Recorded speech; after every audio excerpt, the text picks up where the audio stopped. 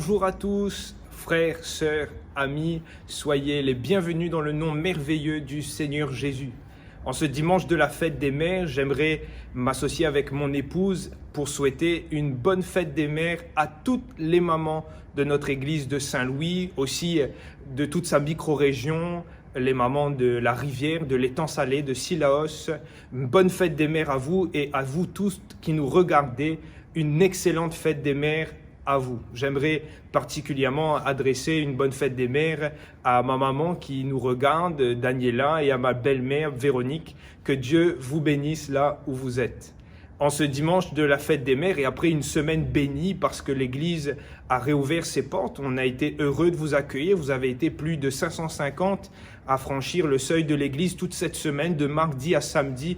Et nous avons vécu des temps glorieux avec le Seigneur et avec son esprit. Et j'aimerais, en introduction de ce dimanche de la fête des mères, vous donner ce texte qui se trouve dans le livre des Proverbes au chapitre 31, au verset 30, qui dit que la femme qui craint l'Éternel, c'est celle qui sera louée.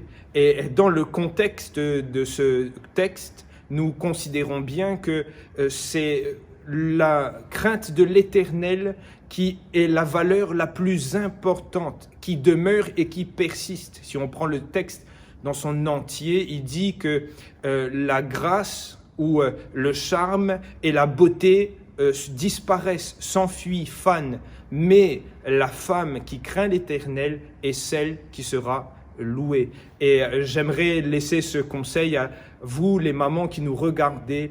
Le plus important, c'est craindre l'Éternel. C'est comme cela que nous serons reconnus de Dieu, approuvés de Dieu, et c'est comme cela que nous allons prospérer. La femme qui craint l'Éternel, c'est celle qui sera louée. En tout cas, une bonne fête des mères à vous, un excellent programme qui va suivre. Je vous dis de rester bien connectés jusqu'à la fin. Nous avons préparé quelques petites surprises. Que Dieu vous bénisse.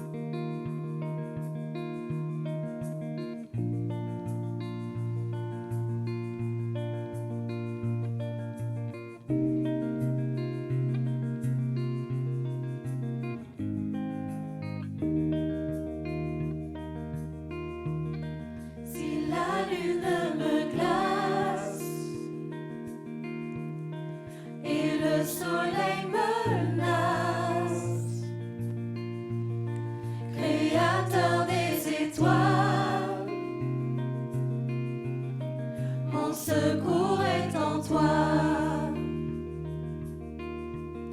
Si mes larmes ruissellent et que mon pas chancelle, Créateur de la terre, mon secours est en toi.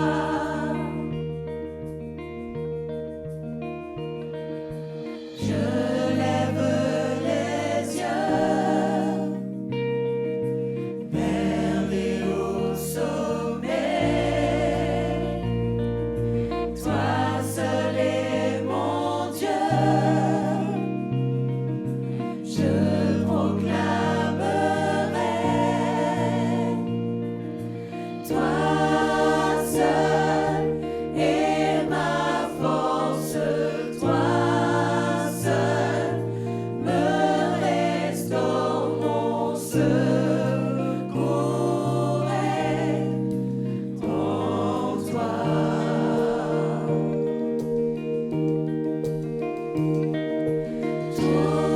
Toujours, tu me portes jamais. Tu ne dors, mon secours est en toi.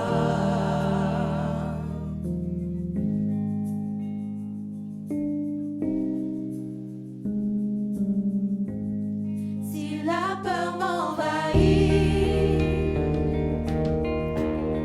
et mon âme chavire,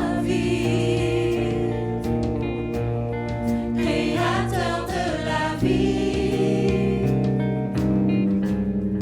mon secours est en toi.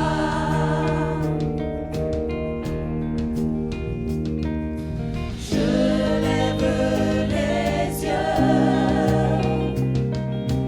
vers les hauts sommets. Toi seul est mon Dieu. Je proclamerai. Toi seul est ma force.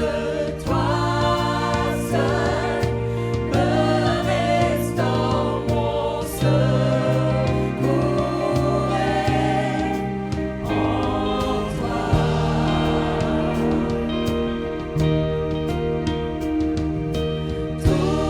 Toujours, tu me portes jamais. Tu ne dors, mon secours est en toi.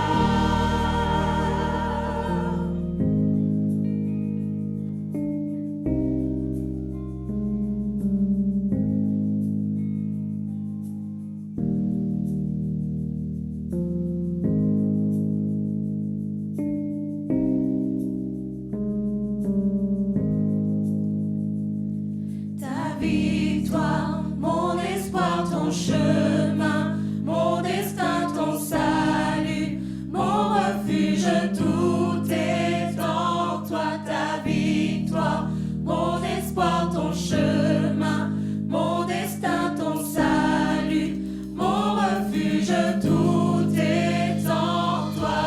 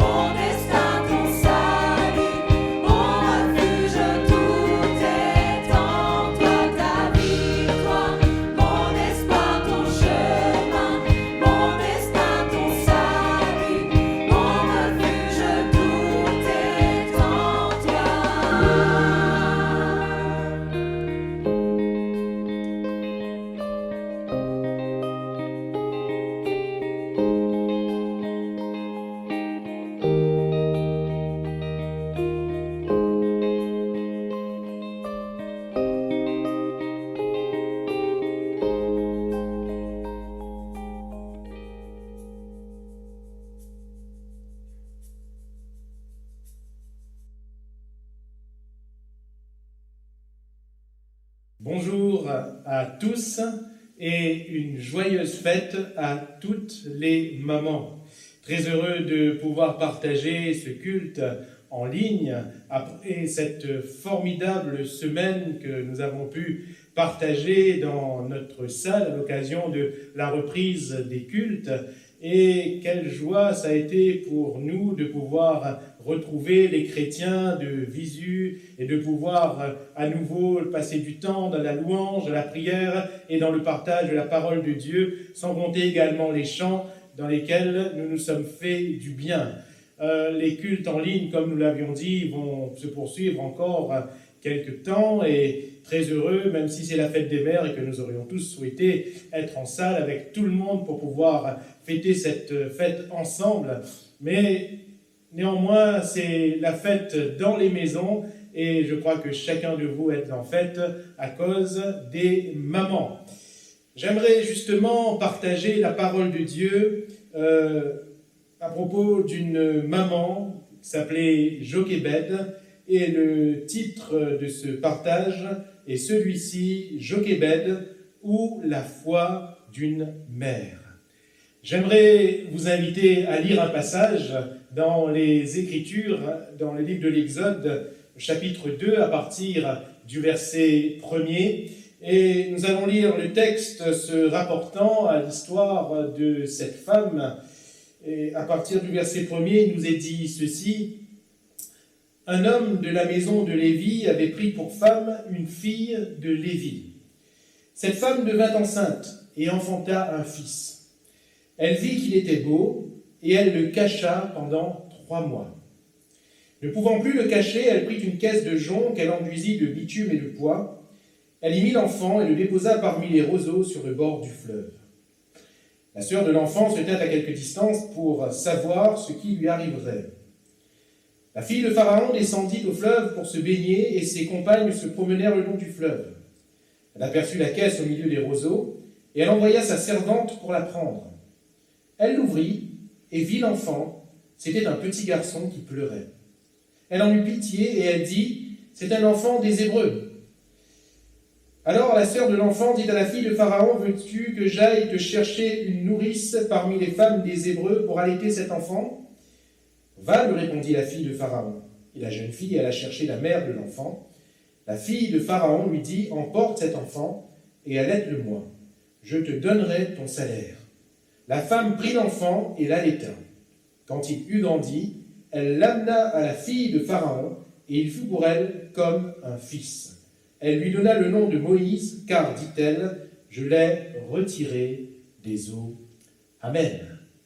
Nous l'aurons bien sûr compris, Jochébed, la mère de Moïse, ce grand leader d'Israël, celui qui a conduit le peuple hors d'Égypte après plus de 400 ans d'esclavage. On aurait pu parler aussi de Moïse, quel formidable homme de Dieu, mais nous allons, à l'occasion de cette fête des mères, plus partager sur la maman de Moïse et voir la foi d'une mère. La foi d'une mère. Comprenons bien que, en parlant de la foi d'une maman, nous n'allons pas seulement parler de la foi que devraient avoir toutes les mamans, mais nous allons aussi parler de notre foi à tous, de la foi chrétienne. Que fait la mère de Moïse dans ce contexte qui, rappelons-le, est difficile, et j'aimerais en quelques mots décrire ce contexte. Pharaon avait ordonné donc face au peuple qui s'accroissait, au peuple d'Israël, qui était un peuple d'esclaves pour les Égyptiens, Pharaon avait ordonné donc que tous les enfants mâles soient jetés dans le Nil à leur naissance. Et c'était terrible, tous ces nourrissons qui périssaient en ce jour.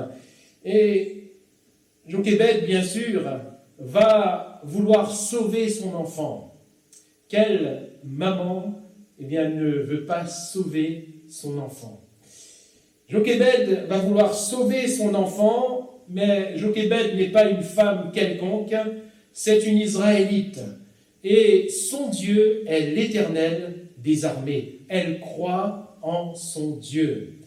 L'auteur de l'Épître aux Hébreux va dire dans le chapitre 11 et au verset 23 de sa lettre, « C'est par la foi que Moïse, à sa naissance, fut caché pendant 3 mois par ses parents, parce qu'ils virent que l'enfant était beau et qu'ils ne craignirent pas l'ordre du roi. » Donc cette femme, par la foi, va faire ce qu'elle a fait, cacher son enfant, et ensuite le laisser donc sur le bord du fleuve, pour qu'ensuite l'enfant soit récupéré et élevé par la fille même de Pharaon. Cet enfant va être sauvé par la foi de ses parents. Et de même, par notre foi, chers amis, la Bible nous dit que nous sauvons nos âmes. Nous sauverons nos âmes au prix de notre foi.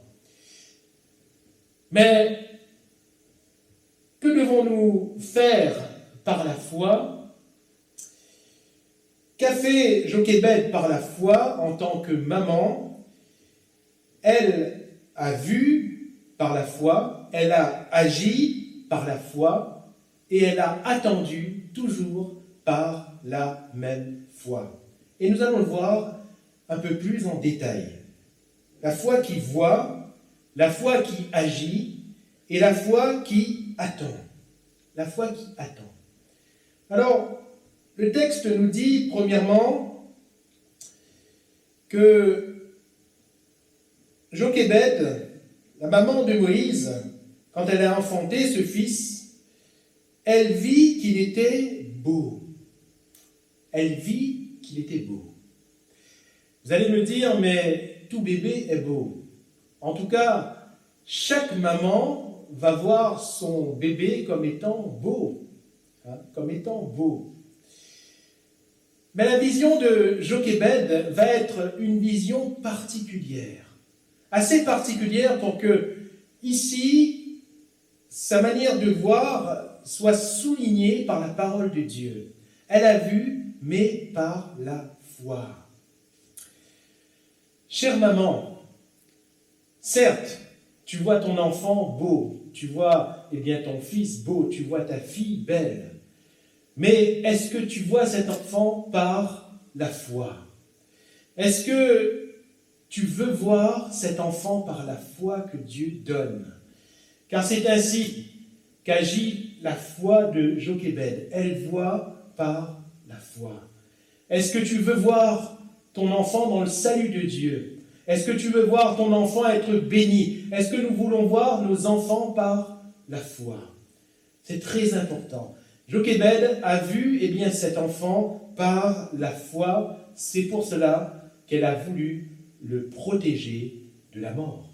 Elle aurait pu se dire, même si en tant que maman, ça aurait brisé son cœur, comme le cœur de plusieurs autres mamans israélites à ce moment-là, dans cet infanticide terrible, elle aurait pu se dire, tant pis, je vais pleurer, ça va me déchirer le cœur, mais c'est comme ça, on ne peut rien changer. Non, non.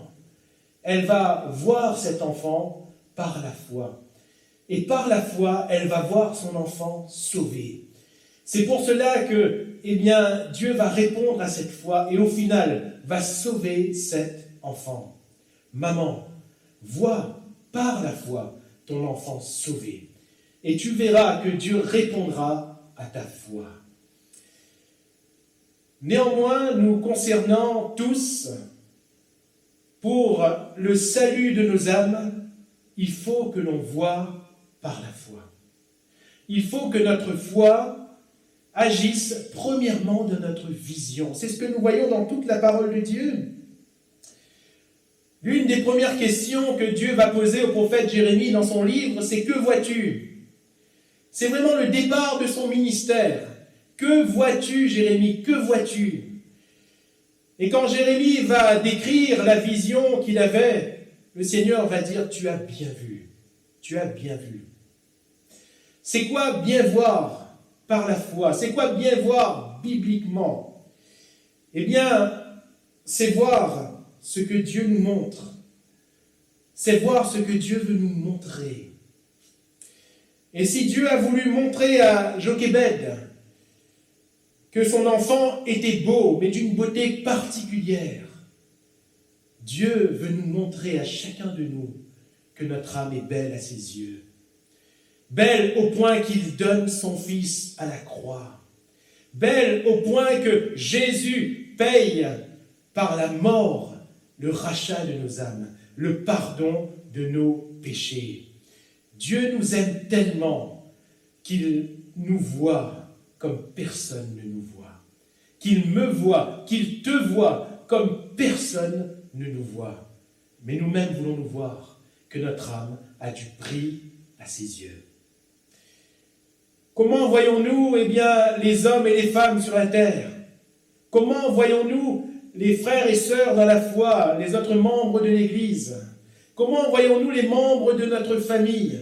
Comment voyons-nous l'Église, l'œuvre de Dieu? Toutes ces choses nous demandent la foi si nous voulons avoir une vision juste. Bien voir, c'est voir par la foi. Et si nous imprégnons notre vision de foi, alors c'est par cette foi que nous pourrons sauver nos âmes. Alléluia. La sœur de Moïse va également voir, dans le texte que nous avons lu, elle va se tenir à distance et elle va regarder, elle va voir. Quand nous regardons le texte original en hébreu, il y a une dénotation à ce verbe employé pour le fait de se tenir à distance et de voir, c'est voir pour savoir s'il n'y a pas quelque chose à faire. Voir pour faire. Et cela nous amène, chers amis, à notre deuxième partie. La foi n'est pas celle qui voit seulement, mais la foi est celle qui agit. Jochebed est une mère de foi parce que, après avoir vu, elle agit. Elle n'attend pas que les choses se fassent, mais elle fait ce qu'elle a à faire. Elle agit. Comment agit-elle? Premièrement, elle protège son enfant. La Bible nous dit qu'elle le cache. Ce n'est pas seulement caché pour ne pas qu'on voit, pour ne pas qu'on touche, non, c'est caché pour protéger, pour sauver la vie de son enfant. Protéger. Voilà ce que fait cette maman. C'est une chose encore assez importante pour être relevée. Parce que la maman remplie de foi va non seulement voir son enfant dans la foi, mais dans la foi va aussi protéger son enfant. Protéger son enfant afin que l'ennemi de nos âmes, afin que le diable ne s'empare pas de lui. Protéger. Eh oui, chère maman, avoir la foi ne signifie pas seulement voir, mais avoir la foi, c'est aussi agir pour ses enfants. Avoir la foi, ce n'est pas seulement attendre que les choses se passent, mais avoir la foi, c'est vraiment faire tout ce que nous avons à faire en tant que parents, en tant que maman en l'occurrence, puisque nous sommes dans cette fête des mères, en tant que maman pour nos enfants. Maman, fais-tu tout ce qu'il faut pour protéger ton enfant? Ah, parfois, l'enfant est un peu récalcitrant, qu'est-ce que vous voulez? L'enfant ne comprend pas tout, c'est normal. Mais à nous parents, et à toi, chère maman, de protéger ton enfant. C'est ce qu'elle fait. Elle le cache, afin que les émissaires de Pharaon ne trouvent pas Moïse, et que l'enfant garde la vie. Combien il est important aussi pour chacun de nous, chers amis, de protéger ce que Dieu nous a donné, à savoir le salut en Jésus-Christ. Si Jésus est mort à la croix, si Jésus a tout accompli, c'est pour que, oui, nous croyons en lui, qu'en croyant en lui, nous soyons sauvés, mais la foi nous amène à protéger notre âme, à protéger ce que Dieu nous a donné. Fais-tu ce qu'il faut pour protéger ton âme? Fais-tu ce qu'il faut pour cacher ton âme contre toute souillure, contre le péché qui, rappelons-le, C'est la Bible qui le dit, le péché qui nous enveloppe si facilement. Faisons-nous ce qu'il faut pour protéger notre cœur, pour protéger notre âme contre les tentations, contre les ruses du diable. Faisons-nous ce qu'il faut pour protéger notre âme contre le monde, contre ses passions. Il s'agit de protéger, de cacher, comme Jochébed a protégé son enfant. Alléluia. Elle agit donc, et non seulement elle protège, mais aussi nous voyons qu'elle entreprend. Elle entreprend. Le texte nous dit qu'elle va prendre une caisse de jonc, mais plus que prendre, on voit qu'elle entreprend. Elle va s'affairer pour apprêter cette caisse, ce petit berceau flottant. Elle va faire ce qu'il faut, elle va enduire de poids, elle va mettre du bitume, elle va faire ce qu'il faut pour que l'enfant, dans cette caisse, soit bien. Voyez-vous, elle n'abandonne pas sa pensée de sauver la vie de cet enfant. Et comme elle voit qu'elle ne peut plus le cacher, elle entreprend, elle fait ce qu'il faut pour que l'enfant soit protégé là où il sera. Elle entreprend. Et nous voyons cette femme à l'œuvre, en train de chercher les ingrédients qu'il faut, les éléments qu'il faut, en train de s'affairer tous ses efforts pour faire que tout soit bien fait. C'est un peu la description qui nous est faite de la femme vertueuse dans le livre des Proverbes, chapitre 31. C'est une femme qui entreprend, qui fait sans relâche. Et c'est merveilleux de voir ces femmes vertueuses à l'œuvre. La femme vertueuse, c'est celle qui craint l'Éternel. La femme vertueuse, c'est celle qui a foi en Dieu et qui, par la foi, agit pour ses enfants. Pour ses enfants. Il est important pour toi, maman, d'entreprendre pour tes enfants. Il est important pour toi, maman, de faire et de toujours faire pour tes enfants, de ne pas te relâcher, parce que c'est ce que Dieu t'a donné. Les enfants sont une grâce de l'Éternel. Et à nous, parents, à toi, maman, de faire pour tes enfants. Et concernant chacun d'entre nous, et concernant toujours notre foi, il est tout aussi important que nous sachions aussi agir. Agir, comme nous venons de le dire, mais agir dans le sens d'entreprendre, de faire ce qu'il faut. Pas seulement protéger, mais aussi œuvrer. Œuvrer pour que le royaume de Dieu puisse prendre toute sa place dans notre cœur. Nous avons besoin d'œuvrer dans notre communion avec le Seigneur. Et notre communion avec le Seigneur n'est possible que par les éléments que sont la parole, la prière, le Saint-Esprit, la communion fraternelle, et j'en passe. Et tous ces éléments demandent de notre part d'être entreprenants. Si on parle du simple fait de la parole de Dieu, la Bible, il faut la lire, il faut la méditer, il faut s'y attarder. Si on parle de la prière, il faut prendre le temps de la prière. Il faut faire ce qu'il faut pour que notre âme soit sauvée, pour que notre âme soit bien. Et ceci est tellement important aussi pour chacun de nous. Après avoir entrepris, nous voyons qu'elle ne s'arrête pas là. Toujours dans son action, elle va assurer la suite des événements. Qu'est-ce que je veux dire par là? Je ne sais pas si, comme moi, vous avez pu pratiquer un peu d'escalade. Rassurez-vous, je n'ai pas pratiqué l'escalade sur des bords de montagne ou de falaises, mais c'était tout simplement au lycée, à l'occasion de l'éducation physique et sportive, où pour l'obtention du bac, on devait nous exécuter dans cette épreuve. Et quand on montait le mur, quand on escaladait, on n'était pas seul. En général, il y avait quelqu'un qui, à l'autre bout de la corde, on était à un bout de la corde pour monter, et à l'autre bout de la corde, il y avait quelqu'un pour nous assurer. Pour nous assurer. Cette personne, devait veiller. de sorte que, eh bien, si on manquait un appui, si on glissait, la corde nous tienne et qu'on ne s'écrase pas. C'est un petit peu ce que cette femme va faire pour son enfant, puisque, eh bien, cet enfant va être posé sur le fleuve, mais pas comme on pourrait communément le concevoir, au milieu du fleuve, avec les courants et tout. Cet enfant aurait couru à sa perte.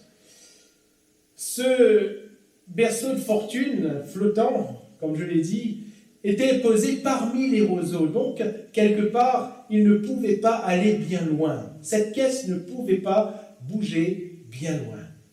Ainsi, tout était assuré. Tout était assuré. Elle ne commence pas seulement par cacher. Elle ne poursuit pas seulement en fabriquant, en entreprenant, mais elle assure aussi la suite. Elle fait les choses jusqu'au bout. Chère maman, il est de ta responsabilité également de faire les choses jusqu'au bout pour ton enfant et d'assurer son avenir. Il ne s'agit pas pour nous seulement de commencer à faire et arriver à un certain âge, lui dire, eh bien, maintenant tu es grand, tu te débrouilles. Oui, nous devons amener nos enfants à être matures, bien sûr, mais en tant que parents et particulièrement en tant que maman, nous avons aussi cette responsabilité du jusqu'au bout. Toujours, on s'inquiète de nos enfants, quel que soit leur âge. Toujours, eh bien, on est en train de faire en sorte que les choses soient assurées, même quand les enfants grandissent, même quand ils deviennent majeurs, même quand ils sont, on peut le dire, autonomes. Une maman reste une maman, et elle l'est pour la vie. Et Jochebed va au bout des choses pour que son fils soit sauvé. De la même manière, pour notre âme, à chacun de nous, nous devons aller au bout des choses. Vous savez, Jésus a dit que celui qui persévérera jusqu'à la fin sera sauvé. Nous devons assurer les choses et ne pas seulement faire des bouts de chemin, ne pas seulement faire les choses à moitié, ne pas seulement faire un peu et s'arrêter en disant comme ça c'est bon. Non. La Bible nous parle du paresseux, de celui eh bien, qui ne fait rien ou qui fait un peu. Comme c'est difficile pour celui qui ne va pas au bout de sauver son âme. Parfois on a fait eh bien, pas mal de choses, on a fait un bon bout de chemin, mais malheureusement on s'arrête. Le Seigneur attend que vous et moi, nous allions jusqu'au bout pour assurer le salut de notre âme. Amen. Nous arrivons à cette dernière partie. Jochebed, une femme de foi, elle voit par la foi, elle agit par la foi, mais aussi, et c'est très important, elle attend. Elle attend par la foi. Comment attend-elle ? Eh bien, elle laisse là simplement l'enfant. Elle sait qu'elle a fait tout ce qu'elle pouvait faire, tout. Elle sait qu'elle ne peut plus rien faire d'autre. Mais maintenant, elle attend que Dieu agisse. Elle n'attend pas en essayant de faire l'impossible. Elle connaît ses limites. Elle sait ce qu'elle peut faire, elle sait ce qu'elle ne peut pas faire. Et dans l'absolu, sauver complètement la vie de cet enfant n'était pas dans ses cordes, mais elle croyait en Dieu. Et parce qu'elle savait que son Dieu était vivant, elle attendait maintenant que Dieu fasse le reste. Non pas que Dieu n'était pas à l'œuvre, Dieu est toujours à l'œuvre. Dieu est toujours à l'œuvre dans notre cœur, Dieu est toujours à l'œuvre dans notre vie. Pour nous permettre de mettre notre foi en action, Dieu est à l'œuvre. Mais arrive un moment où dans l'action, on ne peut plus rien. Alors, c'est Dieu qui agit. Alléluia. Cette femme a laissé Dieu agir. Et de la même manière, en tant que maman, combien de fois avez-vous pu constater que vous étiez impuissante devant telle ou telle situation qui concerne votre enfant ? Combien de fois avez-vous vu vos limites en tant que maman, pourtant pleine de bonne volonté, pourtant pleine d'action et d'entreprise pour vos enfants ? Vous avez quand même vu vos limites. Ce qui est dommage, c'est que très souvent, trop souvent, allais-je dire, mais c'est aussi normal, c'est que en tant que maman, eh bien, on cherche toujours à faire plus, à faire plus et à faire plus. Alors qu'à certains moments, il faut savoir s'arrêter et dire à Dieu, maintenant, je ne peux plus, c'est toi qui agis. C'est toi qui agis. C'est ce que Jochebed va faire. Ça a été une attente maintenant pure et simple. À toi, maman, d'apprendre à attendre que Dieu agisse dans la vie de tes enfants. Parfois, ça prend du temps. Parfois, tu as fait tout ce que tu as pu, mais tes enfants se sont quand même rebellés. Tes enfants ont quand même parfois quitté la maison. Quel désastre, quel dommage. Cependant, ça ne veut pas dire que Dieu n'agit pas. Dieu n'agit pas. Dieu agit toujours. Toujours. Même quand on ne le voit pas. Dieu a ses temps, Dieu a ses moments pour agir dans la vie de nos enfants. Et à nous de savoir attendre, toujours dans la prière, toujours dans la parole de Dieu. Et si elle a assuré tout à l'heure, nous l'avons vu, elle a assuré les choses en mettant cette caisse au milieu des roseaux. Ce qui fait notre assurance à nous, c'est la foi. Ce qui nous tient au bout de notre corde, c'est la parole de Dieu et notre foi dans la parole de Dieu. Alors, parce qu'on croit que Dieu agit, on attend. Cela, bien sûr, concerne chacun d'entre nous, pas seulement les mamans. Il s'agit pour chacun de nous d'attendre que Dieu agisse. Il est bien de faire, il faut faire. Il est bien de voir, il faut voir. Mais il y a des moments où, ayant vu et ayant fait, il nous faut attendre. C'est dans le calme et la confiance, nous dit la parole de Dieu, que sera votre force. C'est dans ce calme et cette confiance, et non pas dans l'agitation. Il ne s'agit pas de chercher encore ce qu'il faut faire. Non, il s'agit à un moment donné d'attendre. Voir s'il n'y a pas autre chose à faire, comme la sœur de Moïse, mais surtout attendre que Dieu agisse. Ça ne vient pas contrer ce que nous venons de dire, à savoir que l'action de la foi est contraire, bien sûr, au fait de laisser les choses se faire. Non, je dis bien, faire ce qu'il faut faire et ensuite attendre.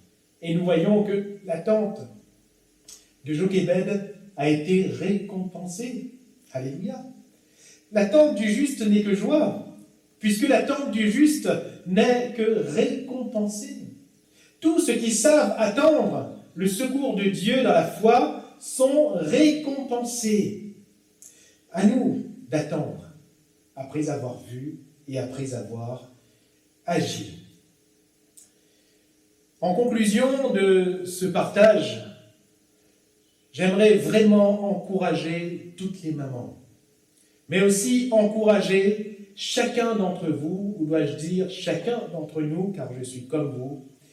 Nous avons tous besoin d'être encouragés par la parole de Dieu. Dieu est vivant, et c'est lui qui nous communique la foi. Et cette foi, la foi de cette maman Jochebed, s'est révélée et démontrée de la manière dont nous avons vu.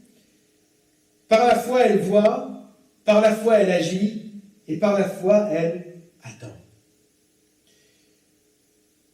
Chère maman, toi de même, sois remplie de foi vis-à-vis de tes enfants. Et par la foi, tu peux voir, par la foi, tu peux agir, par la foi, tu peux aussi attendre.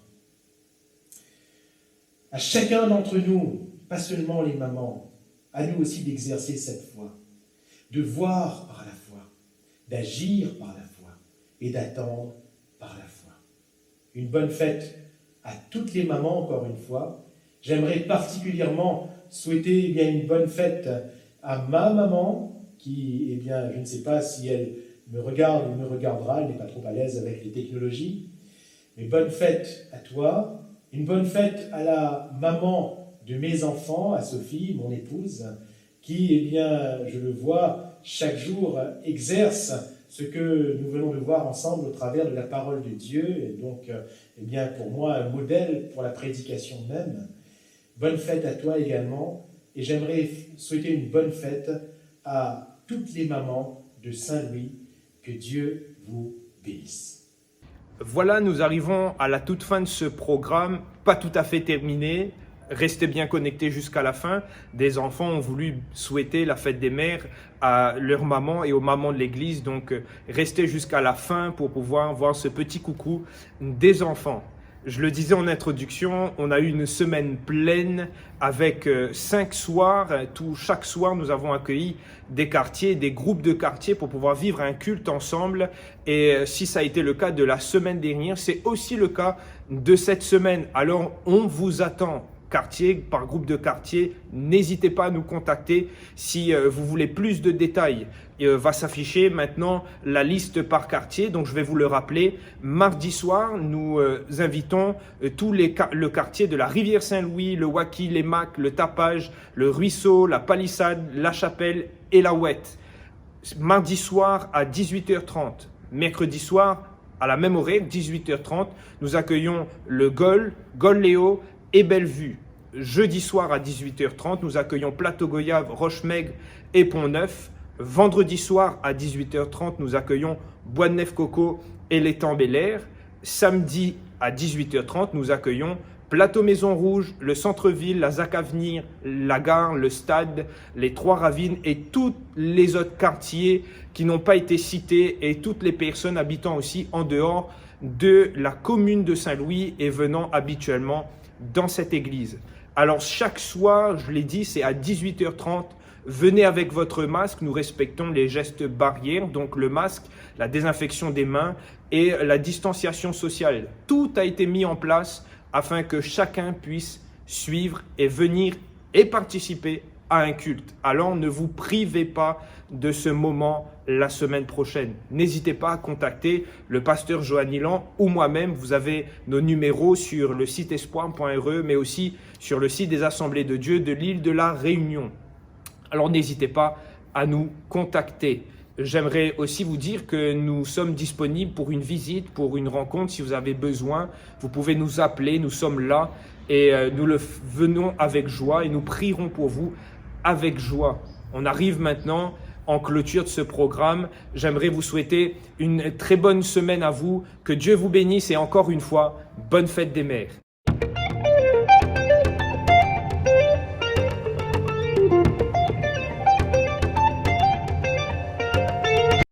À toutes celles qui nous ont porté et aimés, bonne fête des mères et que Dieu vous bénisse.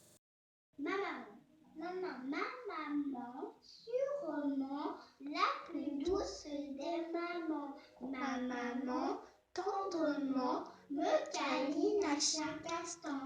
Ma maman, fleur des champs, tu es belle à tout moment. Ma maman, jolie maman, je t'embrasse abondamment.